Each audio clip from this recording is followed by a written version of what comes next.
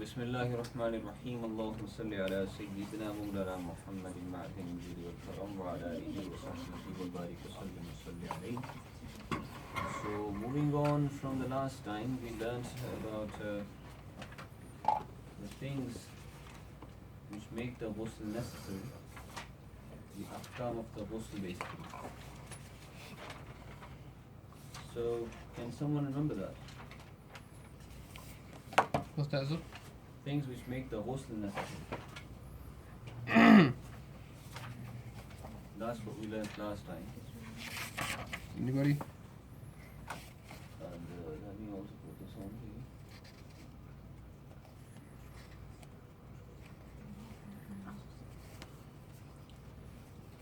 These are the faraid of the ghusl. Last lesson we learned what's necessary to wash. Okay, tell me about the faraid of the ghusl.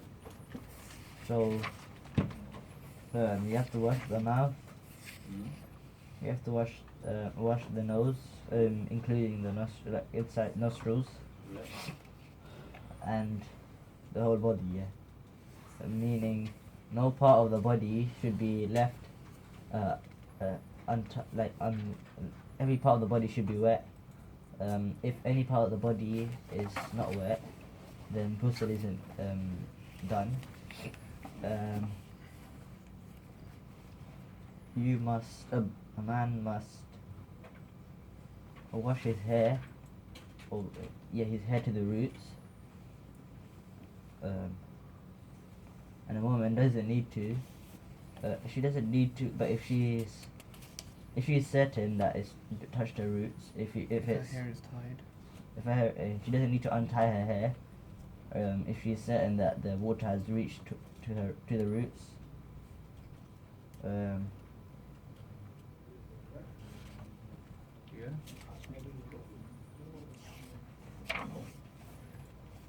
Shahab, should I mention the points that make the ghusl farad upon one?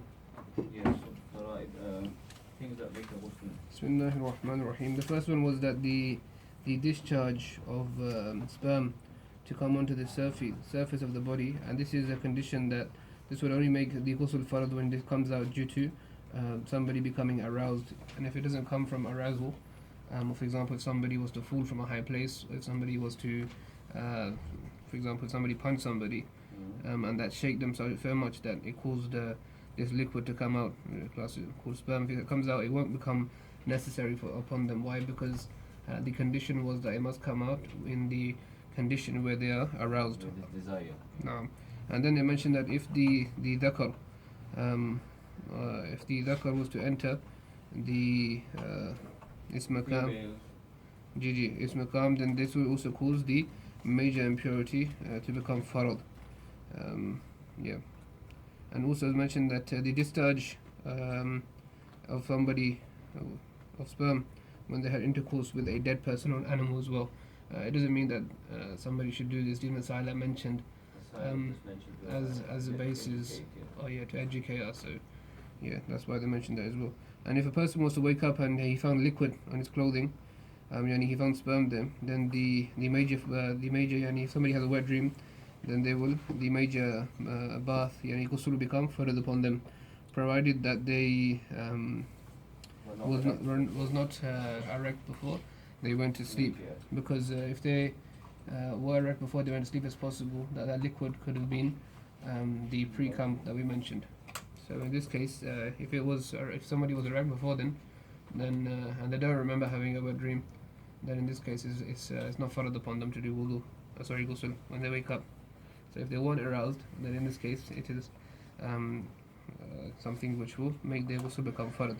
And this was the next one as well that's been covered. And then it's mentioned that when a woman comes out of her cycle, and when a woman also finishes the nifas, the postnatal bleeding, when that ends as well, on both these occasions the ghusl will become farad upon them. And then the last one was also mentioned before this as well, that if somebody came into the fold of Islam and he hadn't performed ghusl in the ways that it had been specified, and they came out of any of the states that were mentioned before, then also it will be necessary upon them to perform al-ghusl. Good. And also it was mentioned that it is fard kifaya. And what is called fard kifaya, this means that it's necessary upon at least one person to carry out this action in the whole community, and if he does that, the burden upon the whole community will be lifted. But if that one person does not carry out the action, then the whole community will be questionable on the day of judgment. So if one person was to pass away, then it's fard al-kifaya upon the community to give a bath and give ghusl to the deceased Muslim. Good. And then we're talking about the things that are fard in the ghusl. Have you mentioned those? Who are arba? They are four. Yeah. No, I think we have more detail. Yeah, this Four one. is what we learnt in Nabawi, sorry, the Quduri Shari. They mentioned the same four in slight more detail. Mm-hmm. So this time I would require some from the girls' side to do this. Things which are fard in the ghusl. So wasn't it the Mentioned these are 11 things. ashra ashya Ahad and 11. then it said over here after that category ashra ashya la yaghsalu minha. That's the things which do not make the ghusl necessary. No. So, yeah, you have mentioned those. Yeah, the first one was muddy, and this is, for example, a liquid that comes out, which is doesn't make the ghusl farad, but it does break the wudu. Wadi is also it's not sperm, it's not, but it's like a white, it's a white cloudy substance. Reckon? You can see this. It's a white cloudy substance that comes out the male dhakar, and this is it could be something which has no smell, and this is often thick and warm, but it has no smell. So this is something that doesn't make the ghusl farad. The next one is that if somebody has what do you call it, a wet dream, as they say, but there's nothing there's no wetness, he finds no wetness upon waking up, and then this also will not make the ghusl farad, because it's a condition for the ghusl to become farad, that stuff to the liquid to be the wetness to be found. So if there's no wetness, then this will not cause the ghusl to become farad. The next one is that giving birth without any balad, although this is very very very rare and unlikely, as they mentioned. It's not like I have any experience, but they say over here that this is something which is very very unlikely. So it's better, it's mustahab, it's preferred anyhow that they do ghusl as well.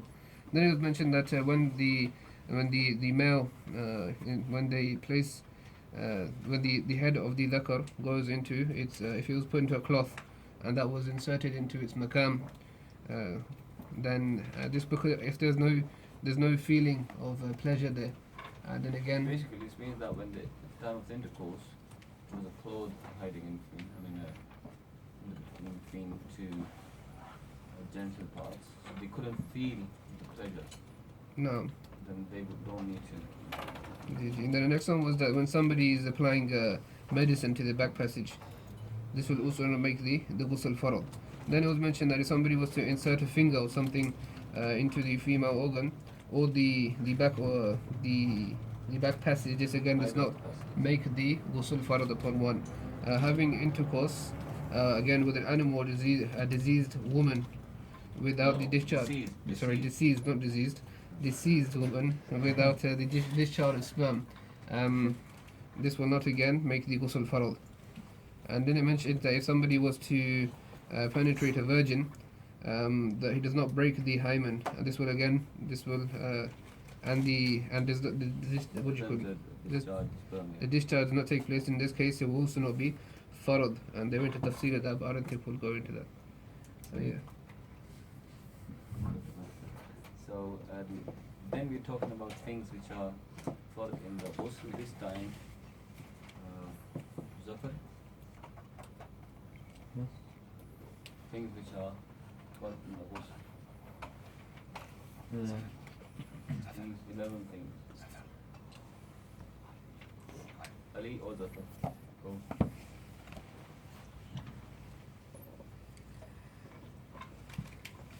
Washing the mouth, the nostrils, and the entire body once is first.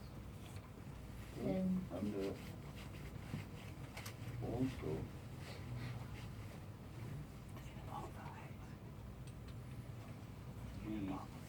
part of the navel. Yeah. And it's hard for a man to undo his braids, to wash the inside. Yeah. But for a woman, if she is certain that the water has reached the roof, then she doesn't have to undo her things. Yeah. Very good. And it's supposed to wash the skin underneath the beard, moustache, and the eyebrows. Good. So today we're going to talk about the sunan of the ghusl, inshallah. The sunan are 12 things. Did we mention these last time? لا شيخ. We didn't, so did we? اختلاف I مختلف فيه. think I started doing these, but then I stopped. Yeah.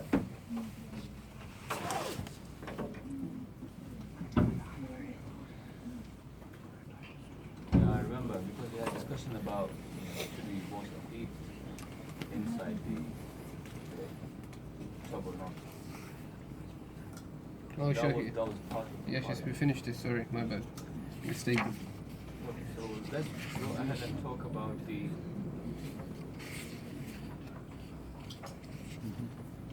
etiquettes.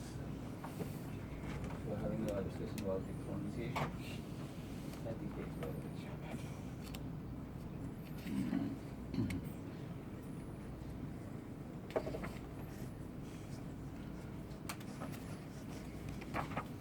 So آداب الاغتسال هي آداب الوضوء إلا أنه لا يستقبل القبلة لأنه يكون غالبا مع كشف العورة. That from the etiquettes of the ghusl is that the first of that is that a person who's taking a bath shouldn't be facing the qibla when he is naked in the bath.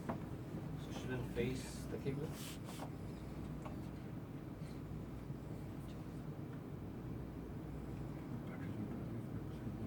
And remember that all of the adab that you consider in the wudu, you should also consider them in the ghusl as well. So additional adab are that one shouldn't be facing the qibla when naked.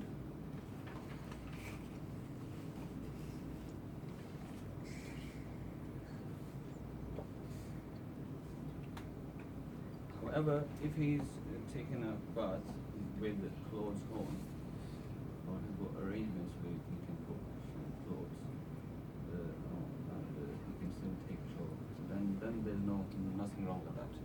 So then you can face the thing.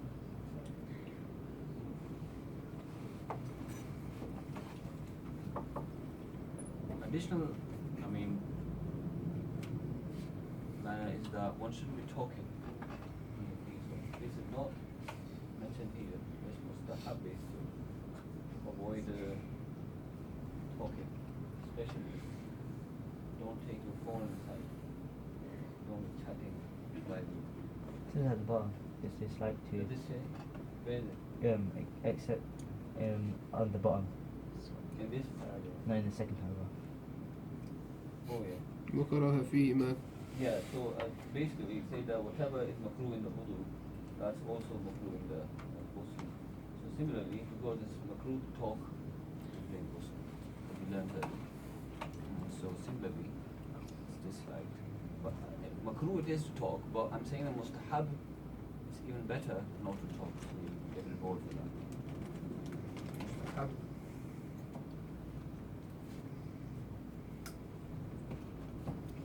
Habit is when someone is taking a bath, even when he has got the clothes on, it's still mustahab not to talk in that state. And it's makruh when he hasn't got any clothes. Right?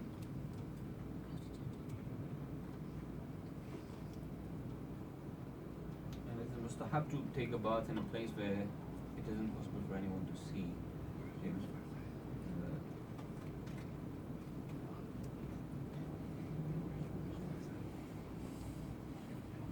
Because our Prophet said that Allah is Hayy.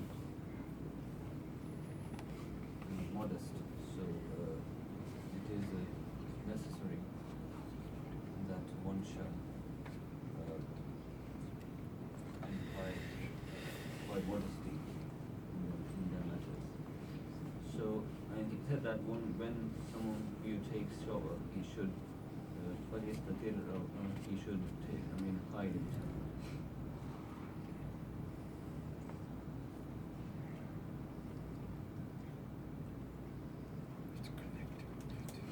So that was the first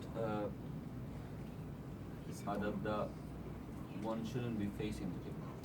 And other adab of the wudu that you mentioned earlier, you should consider them as well. And anything that's makruh in the wudu is also makruh in the ghusl as well. Additionally, one shouldn't be talking if they are completely naked, but if not naked, it is still best not to talk, because you are in a place where talking is not the best thing to say. So that was the short discussion about adab of ghusl. The next thing is that things which are sunnah. Shasab over there, they say in the, meaning the person that translated it, Where is it? he's written in the bottom of the text that if somebody, the act of the last line, last sentence, this sin is upon the onlooker if another person. Yeah, could you explain that, please? Sin is upon the onlooker.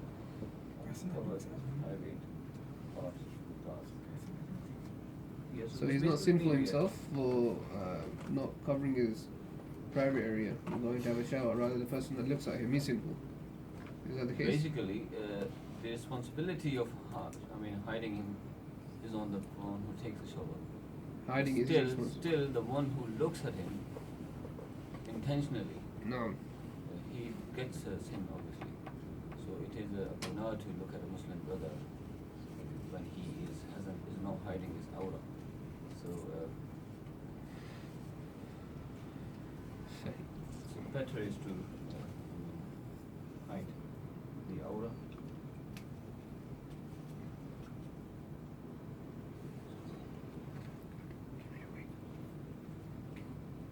Because Miracle Falah, that's the translation of Miracle Falah basically. That mentions that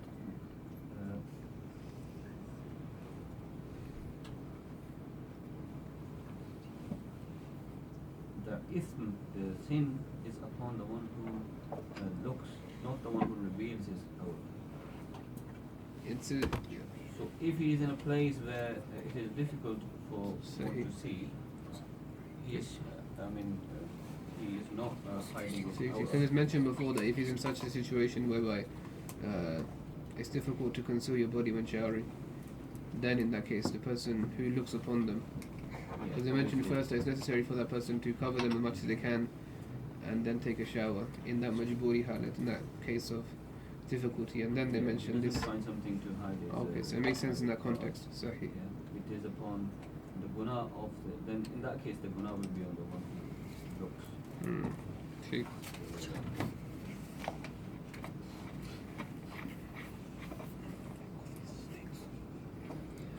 So that was the adab of taking the bath.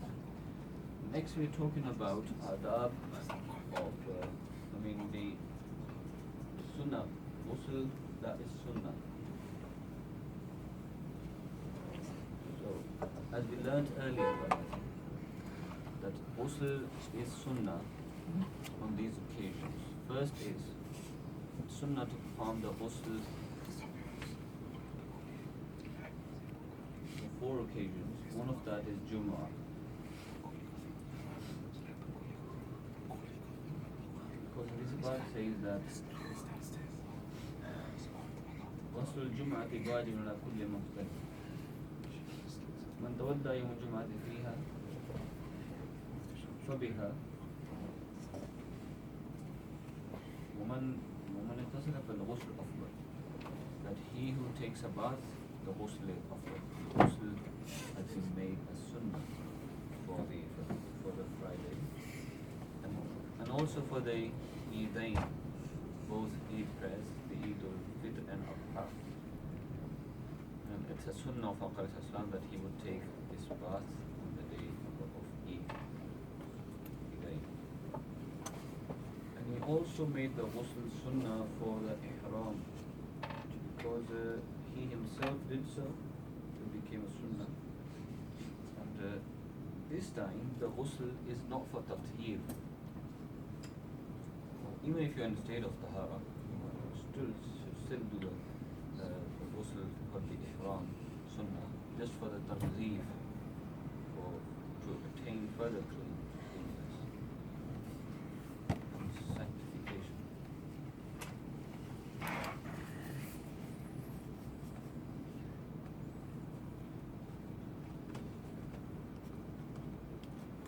But this also means that even if a lady is in state of haid, she is in the state of impurity now, but this ghusl is not for the tatheer.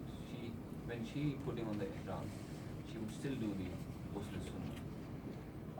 This won't mean that she has become tahir now. She would still remain impure because of the haid. Because of the haid. But this tanzeef and the sunnah would be achieved.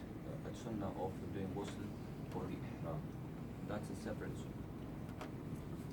Then he made the ghusl sunnah for the hajj, the one who is performing the hajj. He would take the bath on the Yawm al-Arafah. بعد الزواج. يوم العرفة بعد الزواج.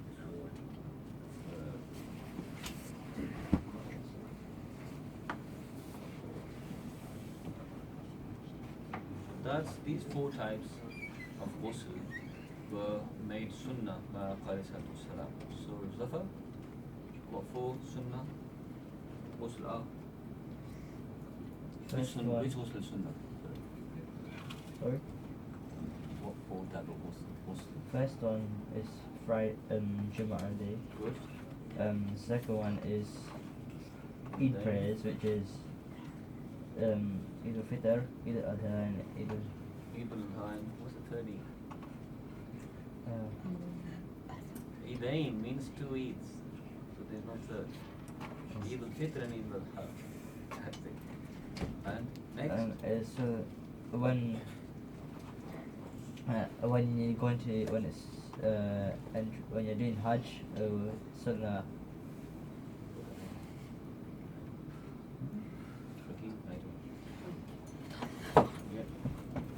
And the last one is it's Sunnah to perform Hajj. It's Sunnah to perform ghusl After the Hajj. after the Hajj, or after the sun. Zawal. بعد الزوال of the day of Arafah. Yeah.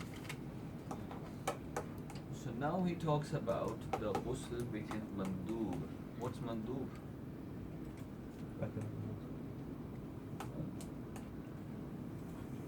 Recommended. Necessary. Oh. Mandub is not recommended. Oh. Is it recommended? It's mustahab basically. Say recommended.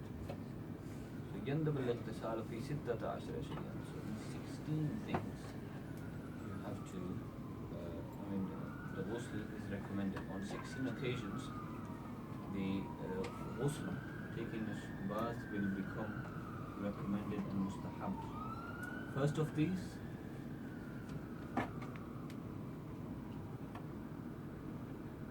the person who became Muslim and but before becoming Muslim he had already taken a bath. He was free from major impurity and janaba. So upon accepting and embracing Islam, it is mustahab for him to take a shower.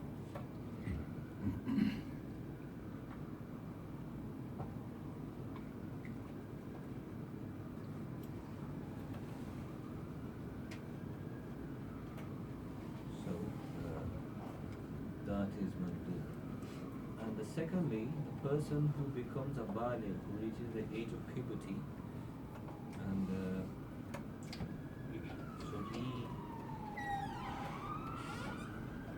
so this person hasn't reached the age of puberty with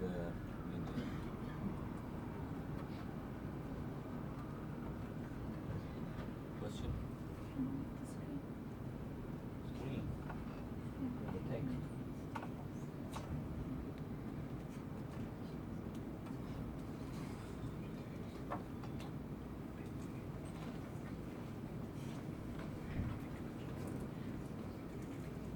person who became a baligh by reaching the age of 15, it is mandub for him to do the ghusl. And the one who cured from the insanity or insanity, if you are done insanity, then it is mustahab for him to do the ghusl. And also, what after doing the hijama, the covering, this was known to do the wudu because the blood often is taken out. So better to do ghusl after that. And the ghusl mayyitin. And once one has done the ghusl of a dead corpse, it's mandub for him to do the ghusl. And as we mentioned earlier, I think there is a ikhtilaf in that. It would be better to come out of the ikhtilaf. One needs to do ghusl in this and in the previous point, which is the hijama. So after hijama and ghusl mayyit, there's difference of opinion. But to be safe from this ikhtilaf, it's better to do ghusl and recommended. And there is bara'a, mustahab, which is the 15th of Shaban. Shab Barat, it's better to do ghusl and that recommended. And the Laylatul Qadr, although this falls in the last 10 days, the odd nights of the last 10 days. If one finds that this is the Laylatul Qadr, it's better to do ghusl, recommended. And also it's recommended to do ghusl when you intend to enter Medina Sharif for the purpose of visiting the Holy Prophet peace be upon him, then it's recommended to do ghusl. And والوقوف بالمزدلفة غداء يوم النحر, that one who is going to stay in the Muzdalifa in the case of the during Hajj, 10th of Zulhijjah, he will Yawm al-Nahr, the day of sacrifice, he shall also do ghusl. That's recommended for him, mustahab. Is that after the sacrifice? On the day of sacrifice. So Before the at the dawn time. That means at the time of the sun coming out. Dawn. So before sacrifice. After sacrifice, you do what the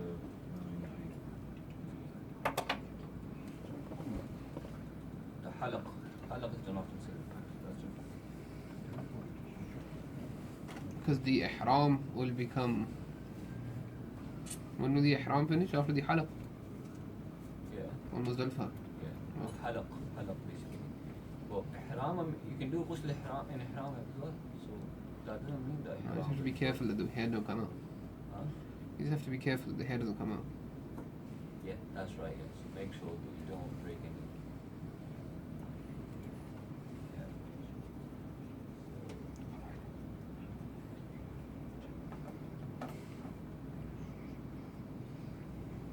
And next, when you're going to do Tawaf al-Ziyarah, which is the part of the Hajj, at that point it is also recommended to do ghusl.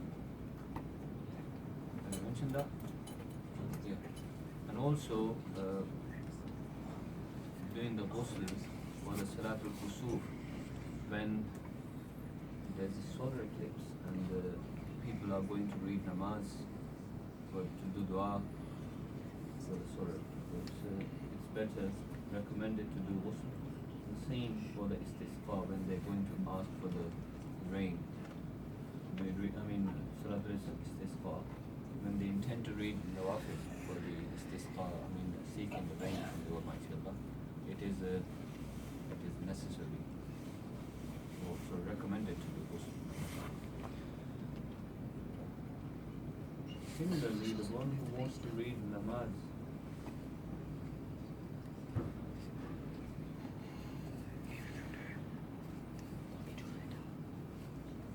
in the state of fear,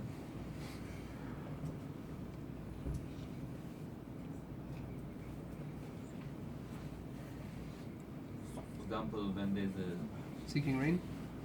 when there's storm or extreme darkness, people being raining, and they're fearing Almighty Allah's azab, so they read namaz just to to get away out of the situation. It's better to do recommended to do ghusl.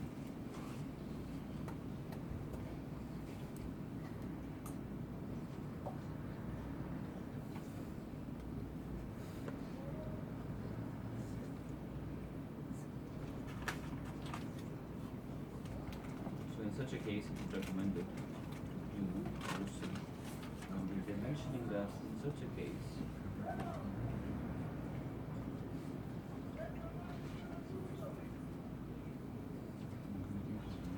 it is better to clean, not only wash your body, but also wash all of your clothes as well. Understand? Coconut juice. So it's better to not only wash the body, but also the clothes. Discussion is going on, but I don't know what this is about. What am I talking about? Who is this? What's your name? Okay. Iqra. What am I talking about?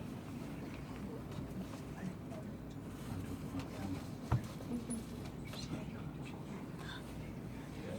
What's the last thing I mentioned? Sorry? No. I mentioned, the last thing I mentioned is that when they are reading namaz for the solar eclipse, or when it becomes all dark and they fear azab of Almighty Allah, reading namaz for that, it's better to do, recommended to do ghusl.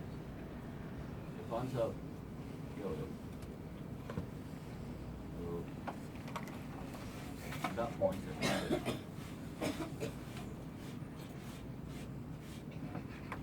Someone please go over these. Mustafa?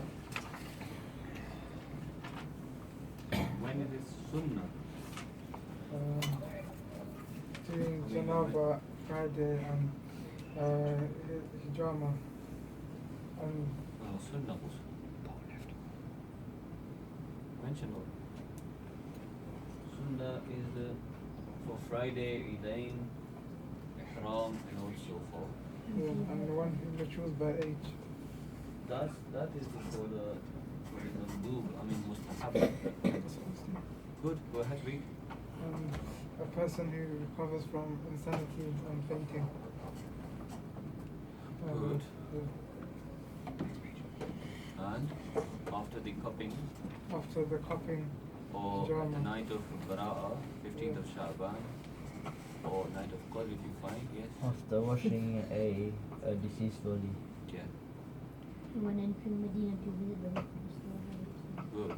And for Wukuf in Muzdalifah, And staying in Medina. On the 10th of dawn of 10th of Dhul-Hijjah, Yawm al-Nahr. And also for the entering Makkah for Tawaf al-Ziyarah, and for the Salat of Salat Solar related. eclipse, or Salat of Istisqa, When any Salat seated. related to any fear, yeah? Salat al-Khawf, Salat al-Khawf, yeah? when you're looking for rain, if you want to be forgiven by Allah, you want to be forgiven by Allah. Good.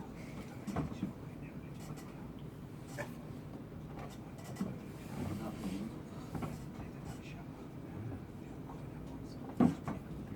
you are expert in ghusl. So, move on to Tayammum.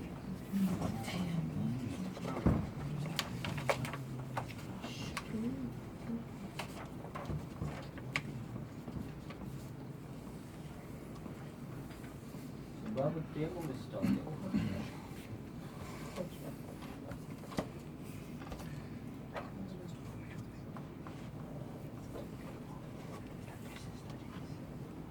So, Tayammum.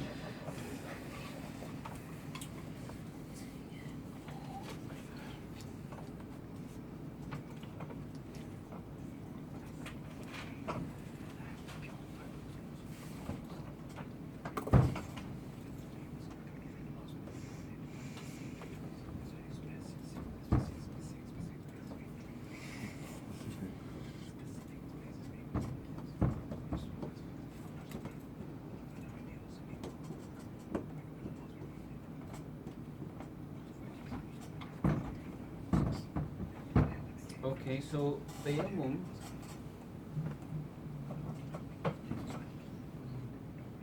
is one of the specific, specialities of this ummah, as mentioned by each of us.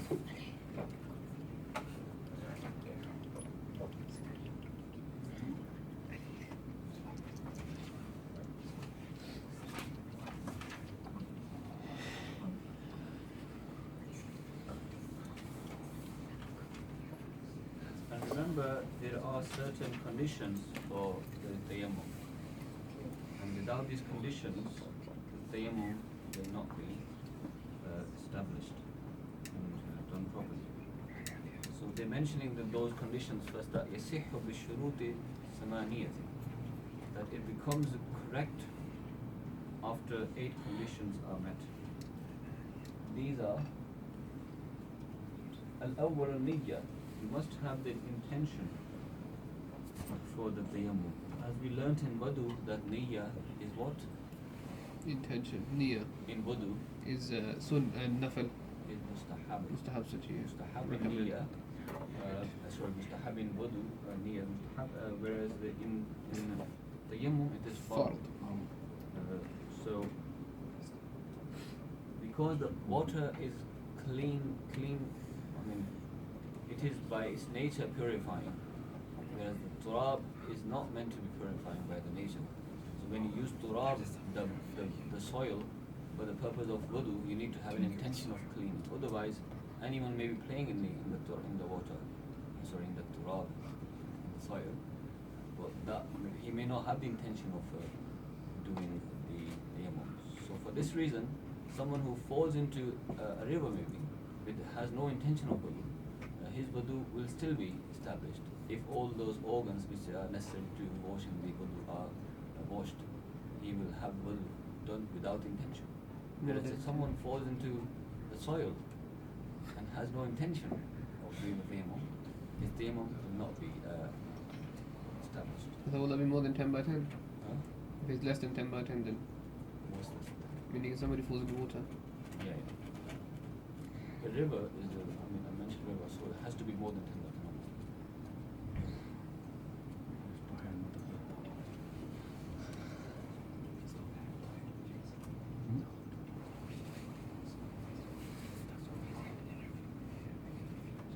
So first was niyyah, second,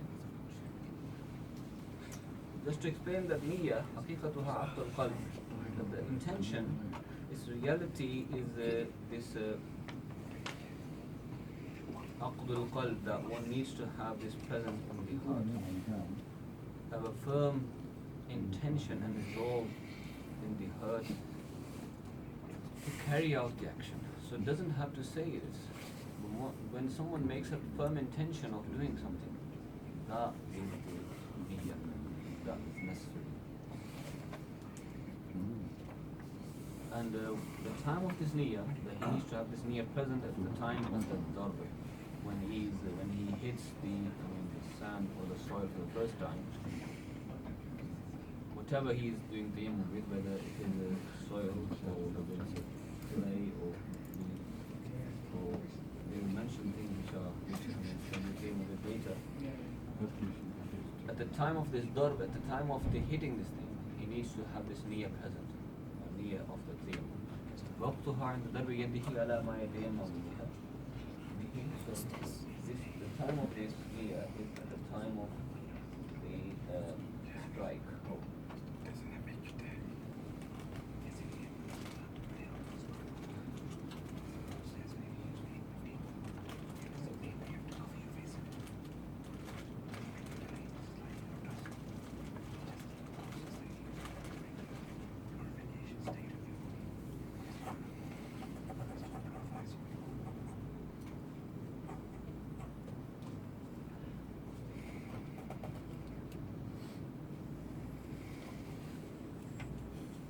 Shazam? G.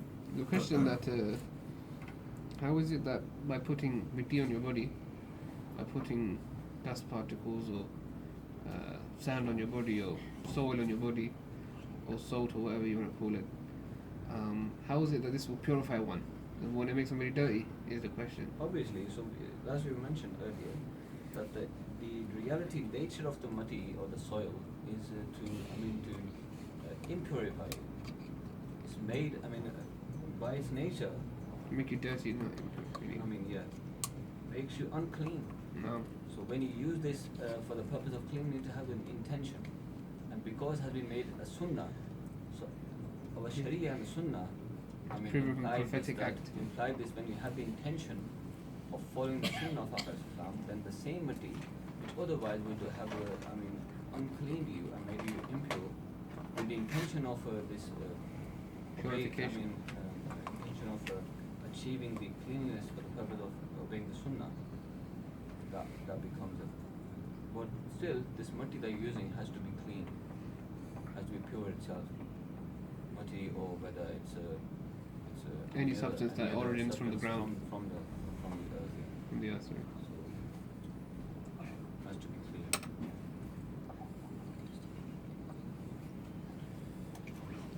Similarly, the intention, the intention is a shart for the tayammum.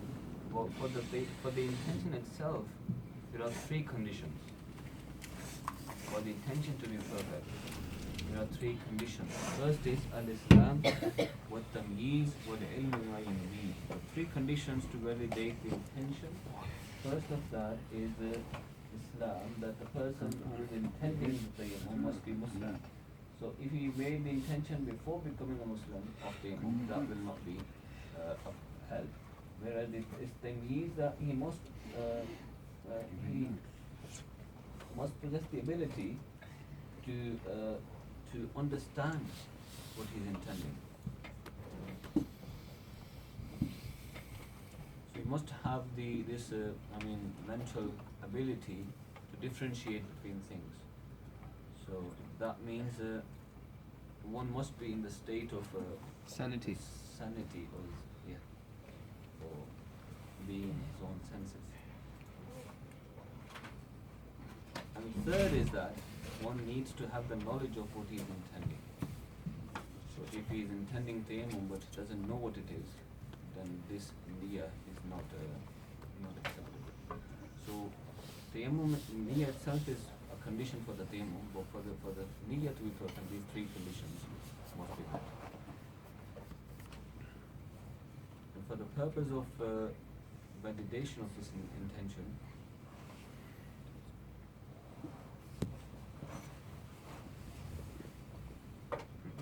for the when he's doing tayammum for the namaz, he must be able to satisfy one of these three things.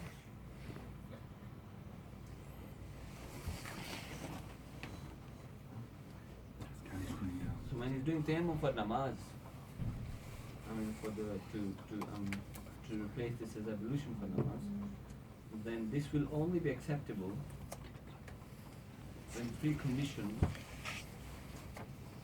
are met. One of the three conditions are met. Either the intention of the tahara, or intention of making the namaz mubah, acceptable, permissible, or he has the intention of worship, general worship, which is the purpose of namaz. Because the worship of namaz will not be acceptable without the tahara. So the intention is explained that what intention should we have? The intention should be first either to achieve the tahara, or to achieve or to make the namaz legal for him, to make the namaz permissible for him, or third intention that he can have could be the intention of worship, that will not be possible for him without the tahara. So these three intentions could be present when you are about to start with the tayammum.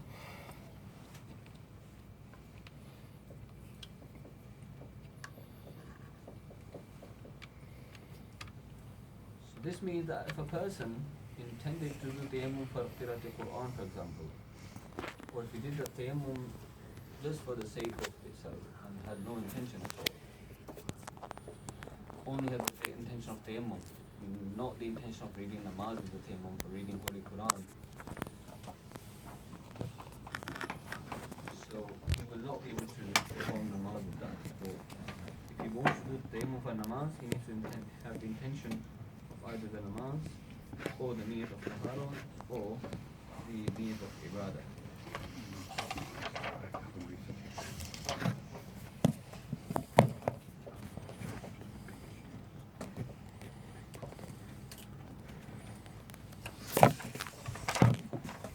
Or if he intended to do tayammum for only qiraat al-Quran, for example, then still he won't be able to do namaz with that. If he wants to do namaz, he will have to do tayammum again for the intention of namaz. Who can't we do what?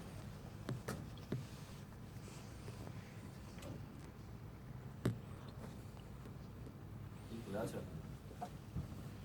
Bottle can't.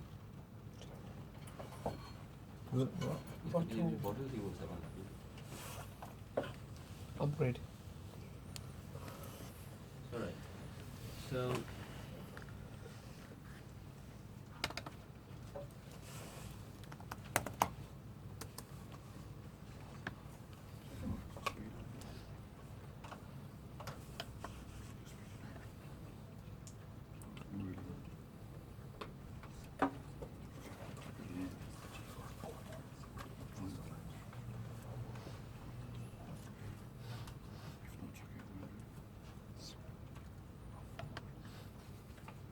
right.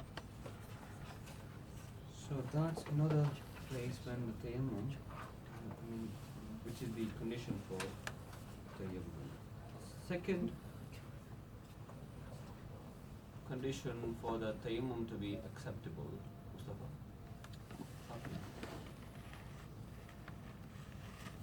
Who's behind you? So second condition for the tayammum to be acceptable is that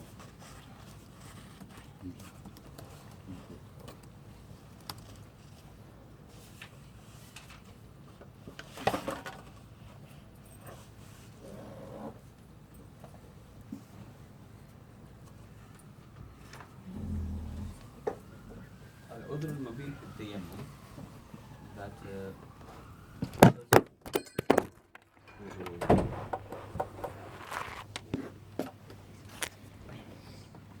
must have a valid reason, al-udhr al-mubih, that must have a mubah reason which makes the tayammum mubah for him. Are you understanding it?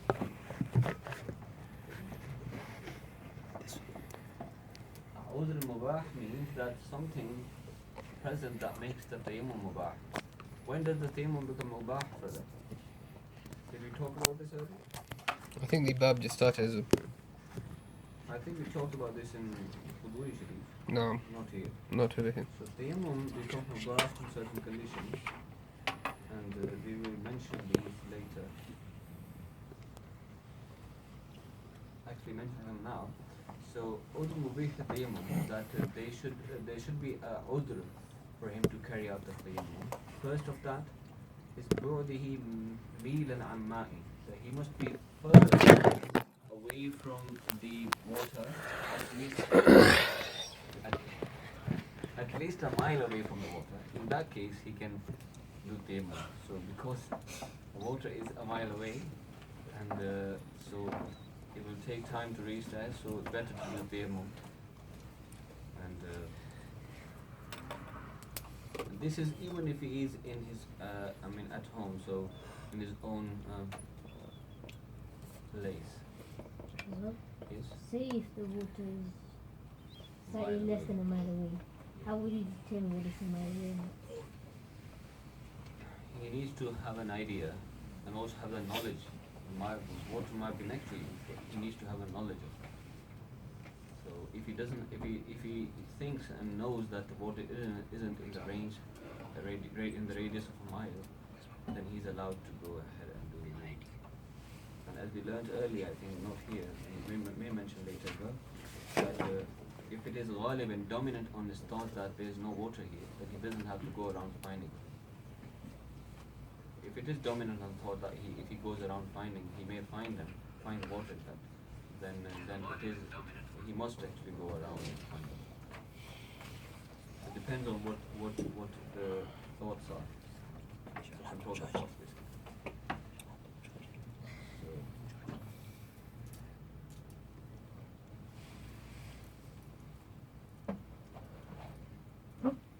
Also, even if he has the water, but he's a marid, and he feels that, and also in the state of marid or in the state of extreme cold like it is now.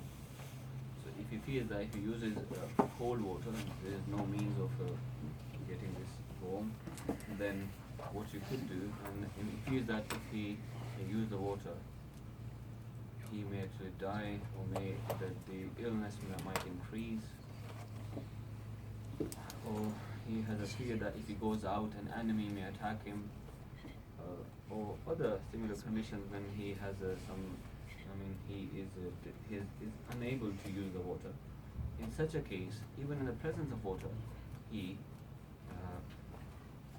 will do the thing.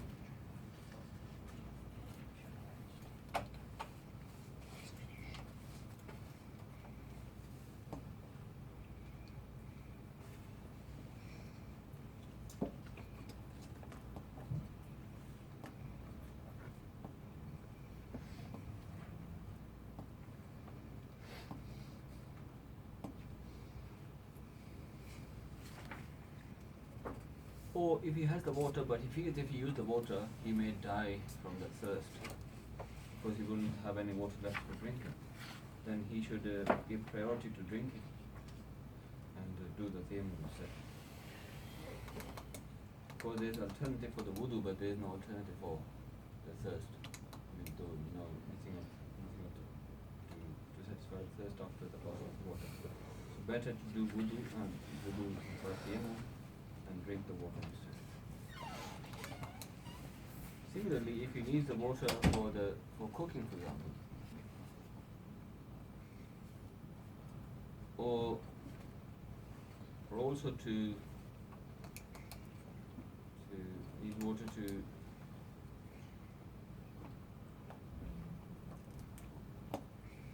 cook, he must use the water for that.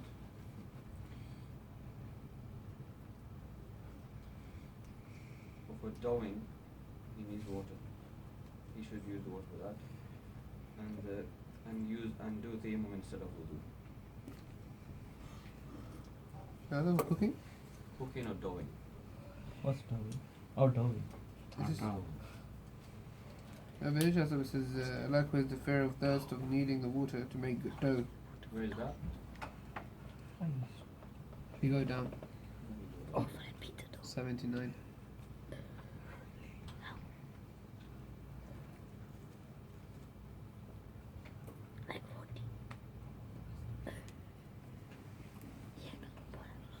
Here. No, 79 it says done the istisna, whereas it cannot be used for water. You know, you use this water for soup. Where is it? I'll mention that next. Oh, sorry. But when you said dough, does that include cooking as Where well? is it? Where is it? Show me. The last one where it says likewise. Oh, here. Now come to that. We're still talking about this. No, the sentence, paragraph before that. Sorry, yeah. And likewise, the fear of thirst of needing water to make the dough. Dough, or for making bread. Is a better reason. For baking bread. Yeah. What's the question? So it includes both, baking and cooking Yeah. the bread. So the dough. This person, the translator, he adds extra words. The original Ibarah doesn't say making a bread. Just mentions doughing. If he put for baking dough in the asal ibarat is in bold, isn't it? The asal Ibarah is here. The one that he translated is in bold, and then Yeah. the one that's not in bold, for example, baking bread. Original Ibarah says that if he واحتياج لعجن, which is doughing, لا للطبخ, not for the cooking. Not for cooking, right? Yeah. So ihtiyaj, in the case of when he needs to dough the flour, then he can do tayammum instead, and not for cooking. So if he needs make water handi. for cooking, for handi, yes, He can't make handi. He can't do that. He still needs to use the water for the wudu instead. For doughing, yes, because that cannot be done without the water. The handi can still be done with water. So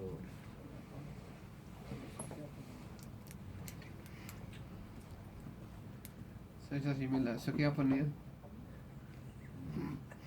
and ولفقد عالة, that means he can also do he can do tayammum without the water when he's got the water in the well but has nothing to take it out. He's not qadir upon it. No means and no bucket to take it out.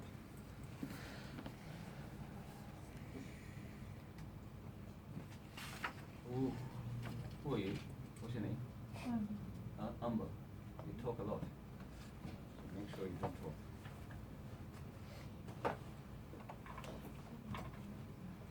So,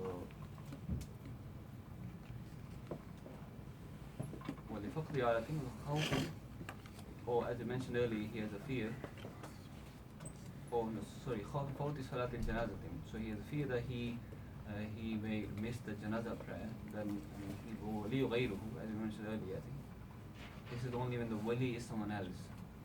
I mean, the person is not the guardian of the dead corpse.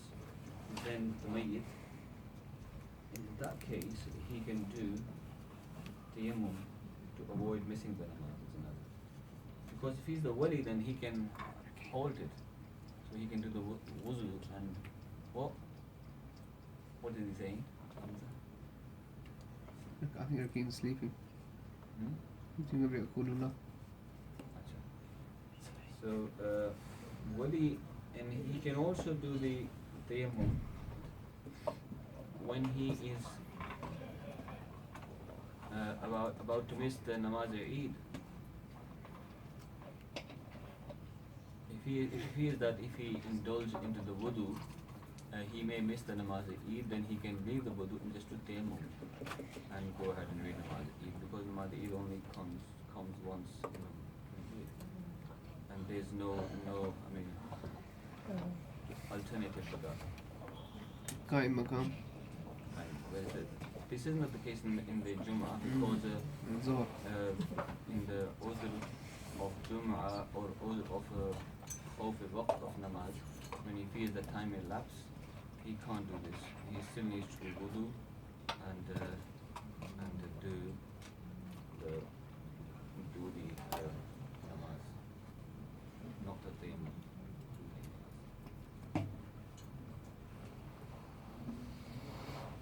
He can't do tayammum in case of when he feels missing Jum'ah, because there's an alternative. He can do wudu, and if he misses Jum'ah, he can read simply Zohar namaz, which is available to him. And similarly, in the case of missing time lapse, if he misses namaz after doing wudu, he can simply read a qada. Yes? Can I go fill this up? No. So Shaza basically only in that namaz where there's no alternative, then you can do tayammum for that. But the namaz that has an alternative, for example the Jum'ah and also qada is alternative. the qada ones, Yeah, you can't do tayammum for them. that's right. And that is when the conditions Oh, come ahead. of namaz of the tayammum. Right? If there's no water, otherwise you can't leave it.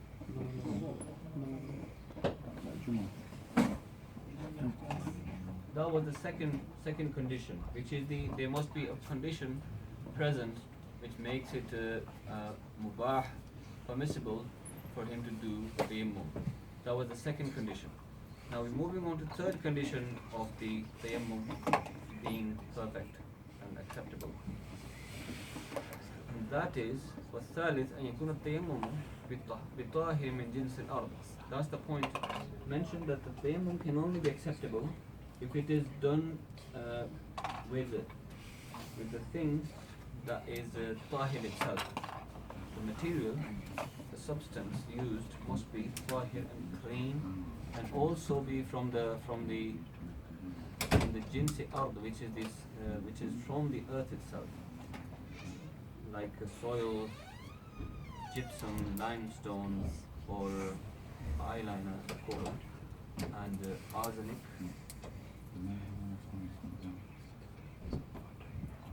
So stones, do you have to have like lots of stones or just one stone? Just one. So Stone, is there a size for the stone? Maybe like small pebbles. it should be easy to, strike it with both hands. So stones or a simple soil, sand, or chuna, what you call it, chuna, gypsum, limestone, rumble, and kohol, which is surma. You can use that for the purpose of tayammum. Abu Yusuf, he disagrees. He says that it is only acceptable if it is either soil or stone. They don't agree with kohol. Yeah, not kohol, not limestone or clay or arsenic. This we learned in Fuduri Shikha.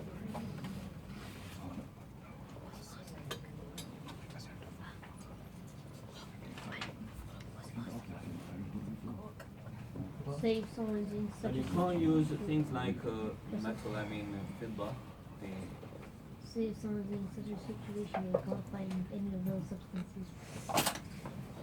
Like say in some areas such as London you can't find sand or soil or something. We can find sand or anything like gold. So this big soil, some particular sand and gold.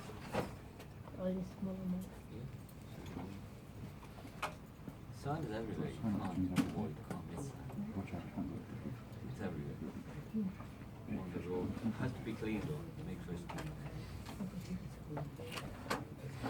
Sometimes I think that's very sweet. Mustafa?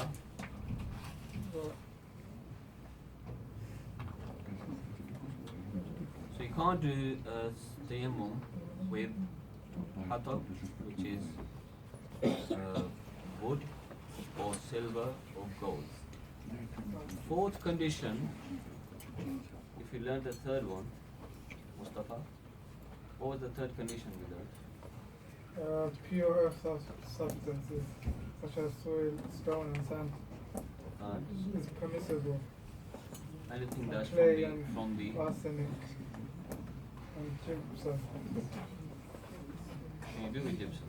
Hmm? Can you do with gypsum? What? Can you do tayammum with gypsum? No. Why not? Impure. When you burn it, just ash. It turns into ash when you burn it. So you weren't listening to that. What about wood? Can you do with wood? Can tayammum be done with wood? Huh? No. Turns into ash when burned. It's the same as gypsum. Yeah. No, No. No. No. Both turn into ash. wood. This is not Gypsum is fine, wood is acceptable. not. We do not pay attention. Yeah, I said gypsum. You said no. So paying attention. You come here, so make sure you utilize the time. We Learn do what three we are before. talking about. The ruling was that if it's from the earth substance, Yeah, so anything that's from the earth substance, it can be used.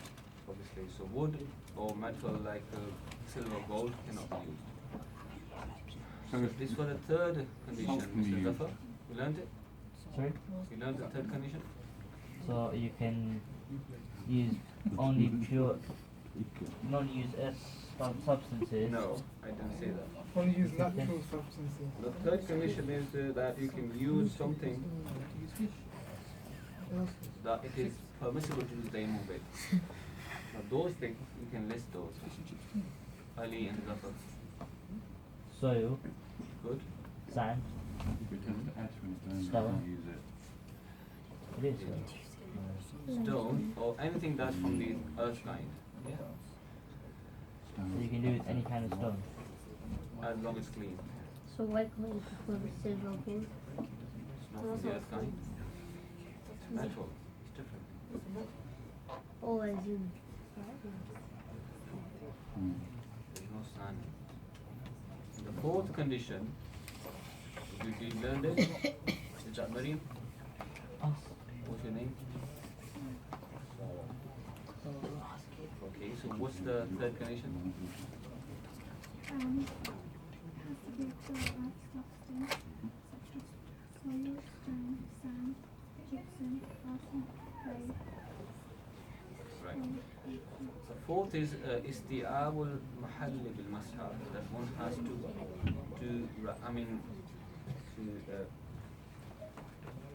cover entire part that is doing the masah.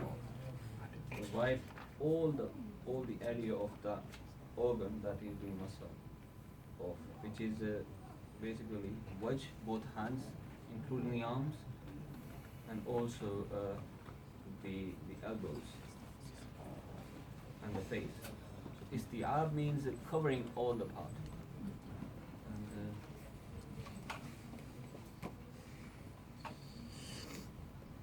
isti'ab to wipe all the area which is included in the masah, including the wajh and also the hands up to the elbows. The fifth is that one needs to do this masah with the entire hand or the majority of the hand. When you're doing the masah, you should use all of your hand or majority of it to do the masah. So if only two fingers are used, for example, just wiping over 2 fingers, it's not allowed. This will not be valid. And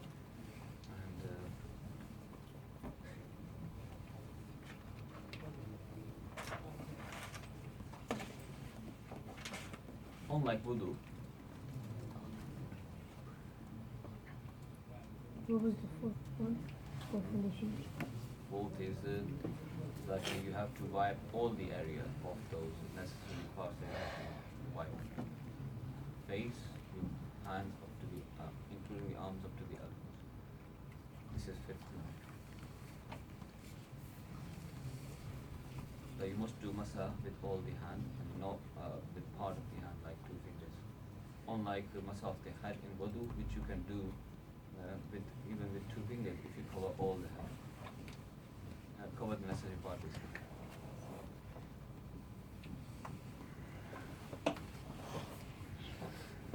And sixth is that you need to the masah must be with darbatain, so you must have 2 strikes separately, and shouldn't be doing 1 strike and cover all the area of masah.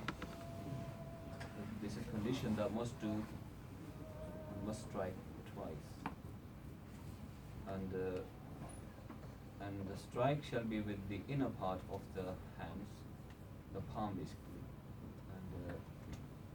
and even if the strike is on the same place, that's all right, that's permissible.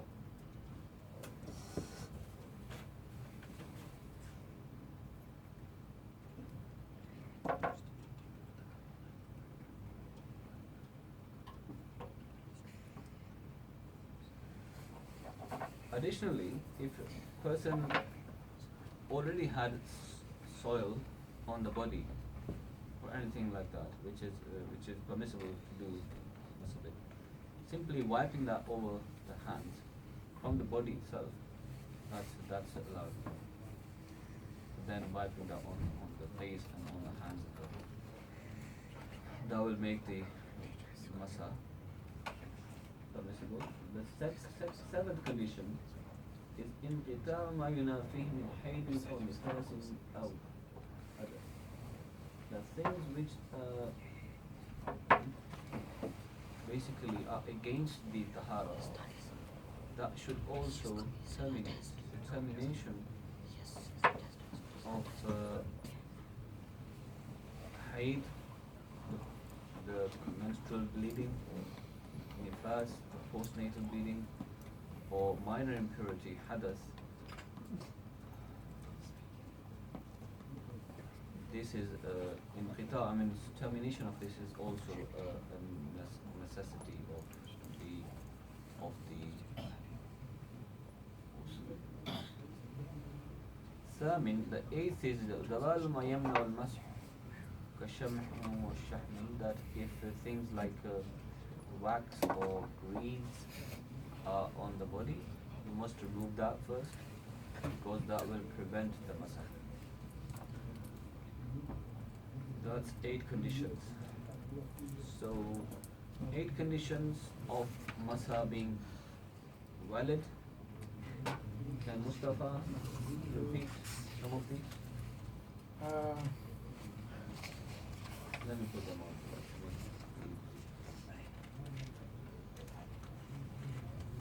So you don't remember anything now? There you go. 8 conditions.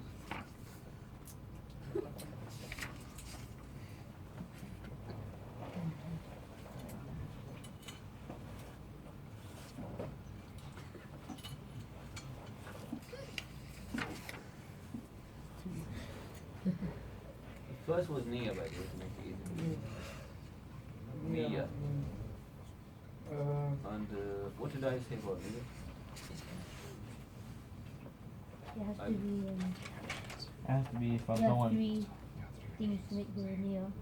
The person must be Muslim, and he must possess the ability to differentiate between what he's doing, Yeah, and he must know what he's intending to do.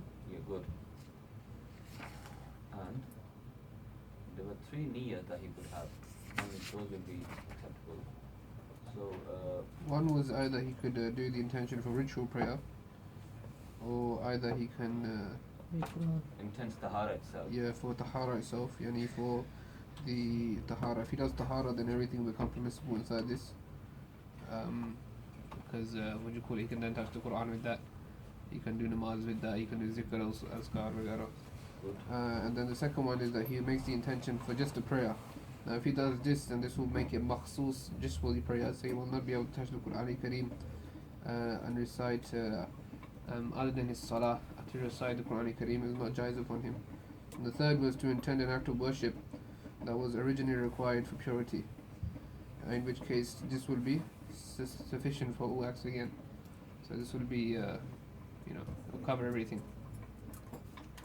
So Right, so now we talk about things which is the second condition, that you need to have a permissible material present to do the masah with, to the tayammum with, sorry. So Rakeem, what are those things?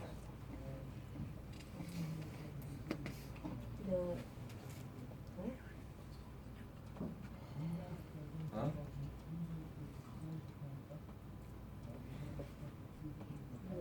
Things which you can do. We do it with rocks and ostrich. With Rocks and ostrich. rocks. Yes. Stones. Second condition is that needs to have. The second condition is that need to have a condition, a udhr, which makes it permissible for him to do tayammum instead of using water. What were these things which make the tayammum permissible? If he's There's no water for 1 mile. Good. takbir. Good. And and here he doesn't have the knowledge of water in the area within the 1 mile radius, or Well, the water that is present is only enough to keep them alive for drinking or for cooking. good. Oh, it's too cold. Not for cooking. Yeah, good. And he fears that he may die if he use the water, or Drinking and cooking, or just for bread? drinking is one of them. Drinking and cooking. Cooking. He fears that if he may become thirsty, then he can preserve water for drinking. with another one. If he's Just have the gonna- if he specified feels he's cooking gonna as miss- well. I will come to that. Yes? Zafar? If he feels he's gonna miss janaza, Not namaz. Eid as well. A funeral, Eid namaz. Good. The ones that you can't make up for. So he was asking that they, You know, Yeah. for that, could it be for the own as well? no. No?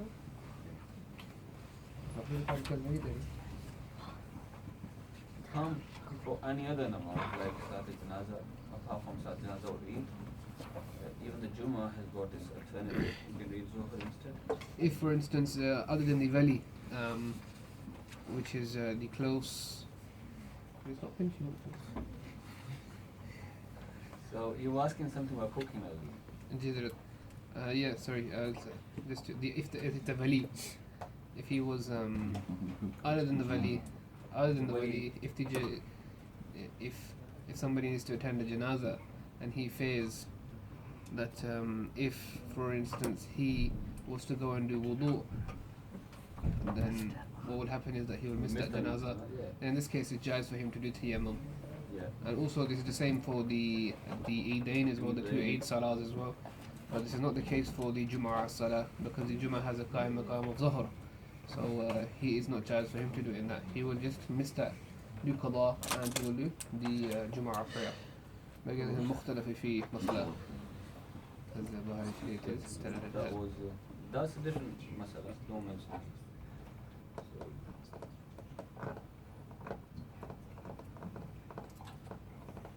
Jesus said about drinking. Somebody said eating and drinking, and cooking. Sorry. So drinking is understood. That's in a text. What about cooking? Cooking is not a necessity, is it? No, it isn't, because you can do cooking without water. You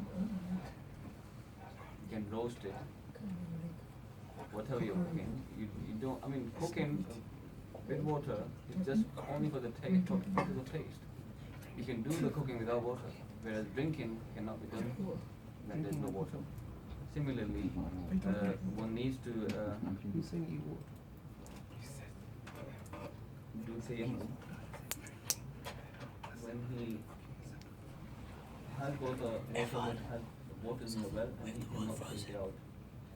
What he's got in the means of taking it.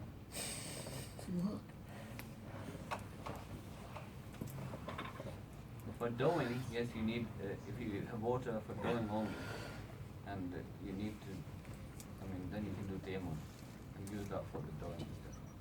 Because these things cannot be done without water, and these are necessary. The cooking itself can be done without water. That's why. For example, if you roast a chicken, it can be done without water. It's gonna be dry though. Very, very. It needs to be. The third condition was that, what was the third condition then? Someone from girls now. Third condition. If only that is done with substances that mean nothing else, Good. only stone and sand, then we could use gypsum, limestone, coal, Kohol. Kohol is the sulma. and then what with that wood of All the wood is good. And the fourth condition, this time, Mr. Yahya, what's the fourth condition of the masa, of the tayammum, sorry? Yahya, fourth condition. Completely wipe the pot by to wipe the face, the hat, and the hand up to the elbow. Good. That means covering all the part. Isti'ab, covering all the parts necessary to wipe. That is the fourth condition. The fifth condition is To wipe with the entire hand, or the majority of it. And if somebody was to use 2 fingers, and this is something which is not acceptable, you must wipe with the entire hand and make sure you cover every single part properly. It's not valid if a person was to wipe with only 2 fingers, and if he does so repeatedly until it is required to cover all the area which is necessary, then this would be jaiz. However, in wudu, a person may wipe his head with only 2 fingers. So they're saying that in wudu, this don't do qiyas upon this masla here. Inside wudu, you can do masa with 2 fingers in your wudu. But in the ahnaf, next to the Hanafi, only 1/4 is recommended anyway. So I think if you do 2 fingers, it'll cover for 1/4 anyway. okay. Sixth from the girls. Sixth condition for the masa, on the tayammum, sir.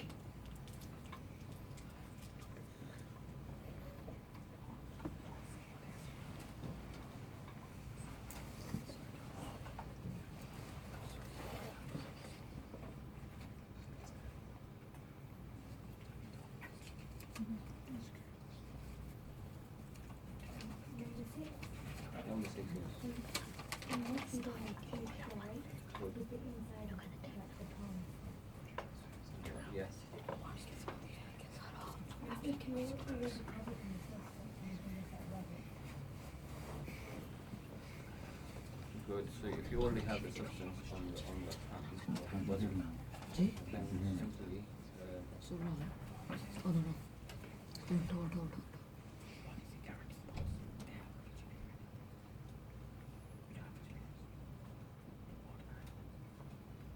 wipe it, and that will make it. But still have a niyyah. Intention is still necessary for this. What about the seventh condition? Menstrual period or So yeah, must become terminated after. Termination of menstrual bleeding and postnatal bleeding, and also termination of any hadath is important. Eighth, Rakeen. So could you repeat the seven ones, Hazrat? Sorry. Rakeen. Mr. Rakeen. He's on the Make sure now. there's not. Is he? Show me that. What's that? Show me that.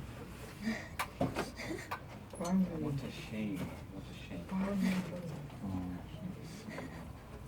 Rakeen. You might have 3 people in the circle already playing with him.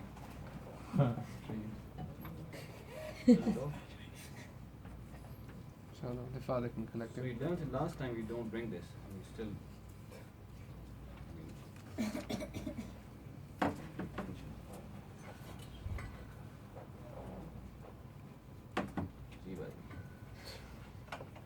So tell me the one of the conditions of masala. Make sure there's no fat or grease. What? Make sure there's no grease or fat. Grease. Yeah, good. Good.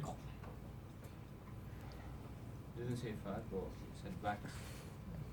Wax should. That's number 7. Could you repeat it, please? I don't get it. السادس السابع انقطاع ما ينافيه من حيض أو نفاس حدث. That masa can on just like wudu, it can tayammum can only be done after the hadath has come to end, or the nifas has finished, time of nifas has lapsed, Okay, or so- hayd. Yes. So you can't do tayammum during those. So Obviously. somebody is in the khasusi ayyam or in the Or nifas period. In the nifas You period. can't do Also- tayammum and pick the Quran up and start reading it. Is that what you mean? Yeah, indeed. So it's a condition that this tayammum can only be done after the termination of this impurity, whether it's nifas, hayd, or hadath. So this means that can't do tayammum while the impurity is there. So can only be done after the impurity has. So the hayd or nifas makes sense. Why do you say hadath? Hadath means that if the person is still in a state of hadath. For example, urine still passing through. Oh, he's still in the process of that. Yes, you can't do it. So he.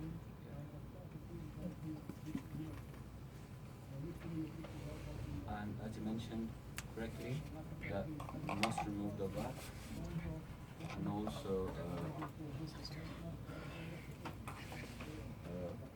any grease that's on the body.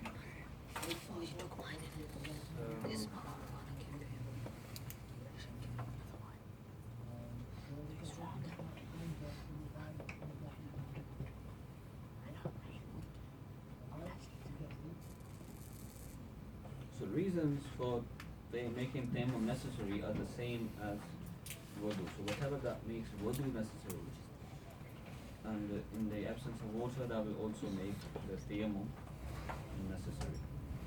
Yeah? So does that also mean, for example, if somebody's bleeding? What? If somebody's bleeding because of a cut, and he does tayammum, this will come under the same hukam as what they mention as sabi'. The condition.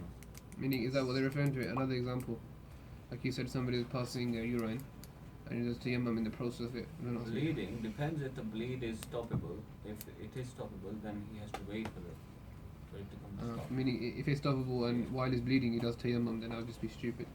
obviously. But if it is continuous, like the wound is unstoppable, or if there is a nosebleed, Yeah, that will come under the uzr then, wouldn't it? yeah, that then becomes a mazur. So For he has example, to somebody do had tayammum droplets. for the time of every namaz. That's different. But once he's done tayammum for that time, then he can read whatever he wants in that time. Once the time elapses, then his wuzu will break automatically. He has to do revive and refresh the tayammum basically, or the wuzu.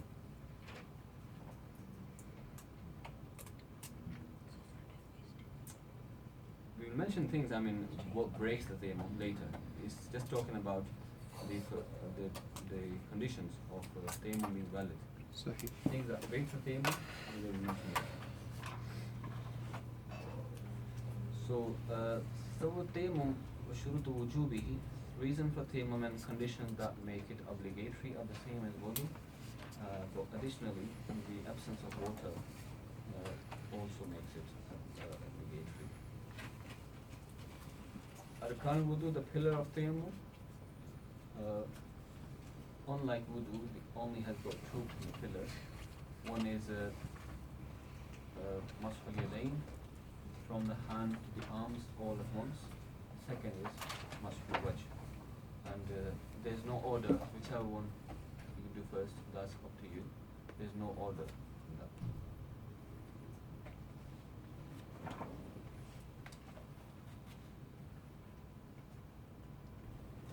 Sunnah.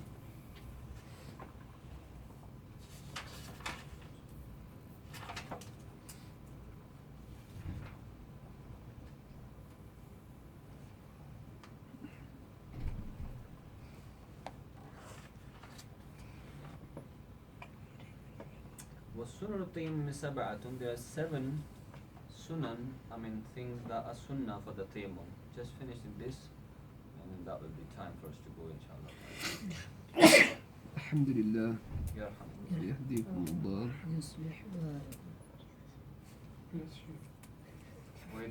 ويدخلكم الجنة عرفها لكم.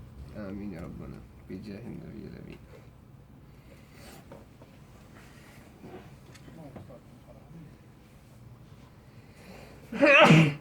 الحمد لله. يهديكم الله.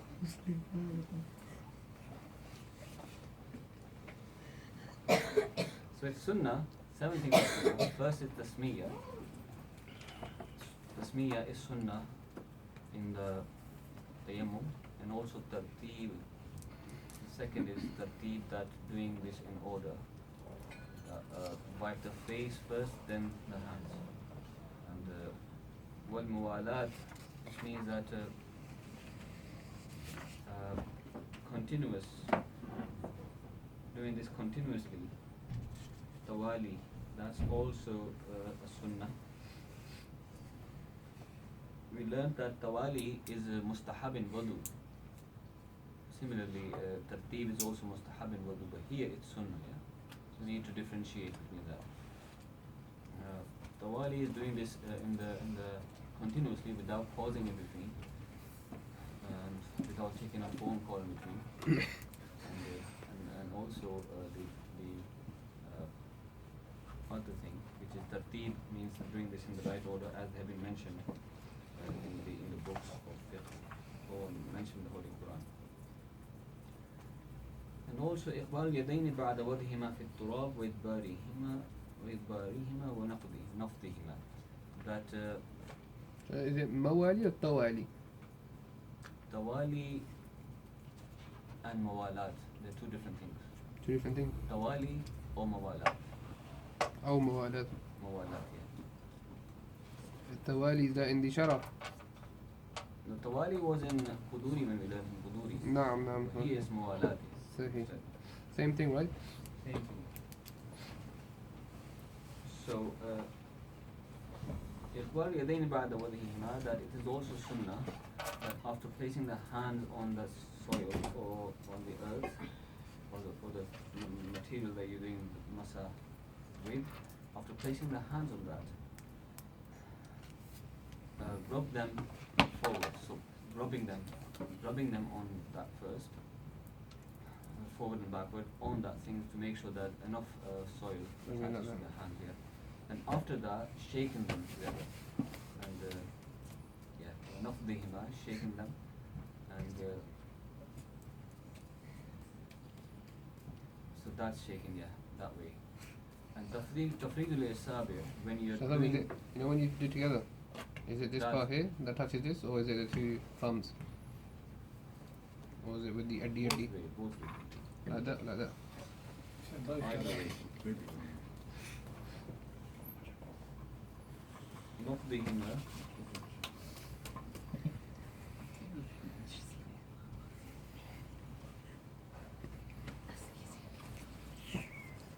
This nuff is done to make sure that the soil doesn't actually touch the face, makes it unclean, The purpose is not to look like a clown. You should have a kid, he's scared. mashallah. Do this material department, okay? So good. Do that. That. Subhan. That's it. You do your arms. Early in the day. Do you learn? What's his intention? What else would I go? That's it. Intention. So that's one of the one of the sunnahs. And tafreed al-asabi', then when you are striking the matter, tafreed, spread the fingers, tafreed al-asabi', part of the darb, to make sure that the cleanliness is achieved in the perfect manner. So tafreed al-asabi', part of the mubalaghatan fi at-tathhir.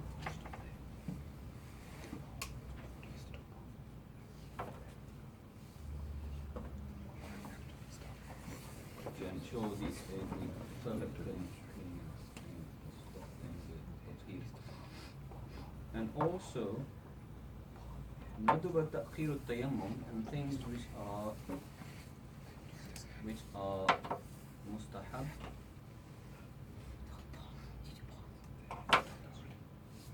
We will learn this next time, inshallah.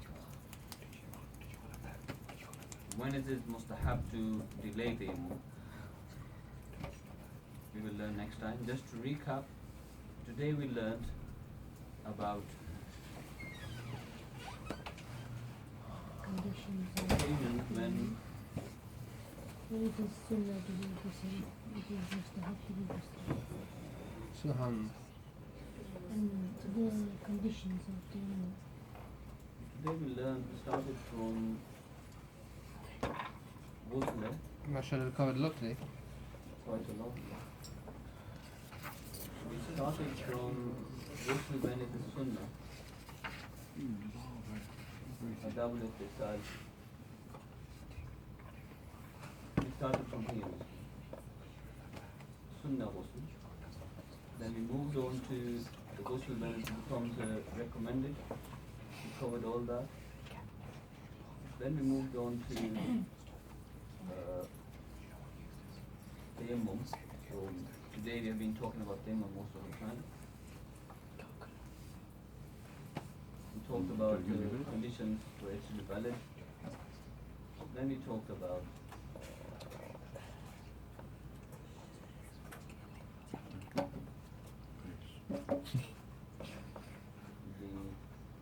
the things that you can do wudu the tayammum with, and the things when doing tayammum is permissible.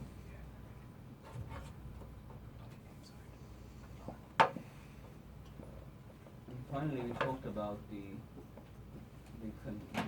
reason for the tayammum, and things that make it obligatory. And then we're talking about the pillars of tayammum. There are only two pillars: the wiping these two parts, the hand and the face. And the sunnah of tayammum, we just mentioned that now. Tasmiyah and the rawat and iqbal yadayn, rubbing the hand on the material they're using things with, and also spreading the fingers. We will talk about these inshallah next time. The when is it permissible to delay the tayammum. So we will come to that next time, hopefully. Hopefully you will do some revision when you go home and come back prepared next time. Inshallah. Mm. Jazakallah khair.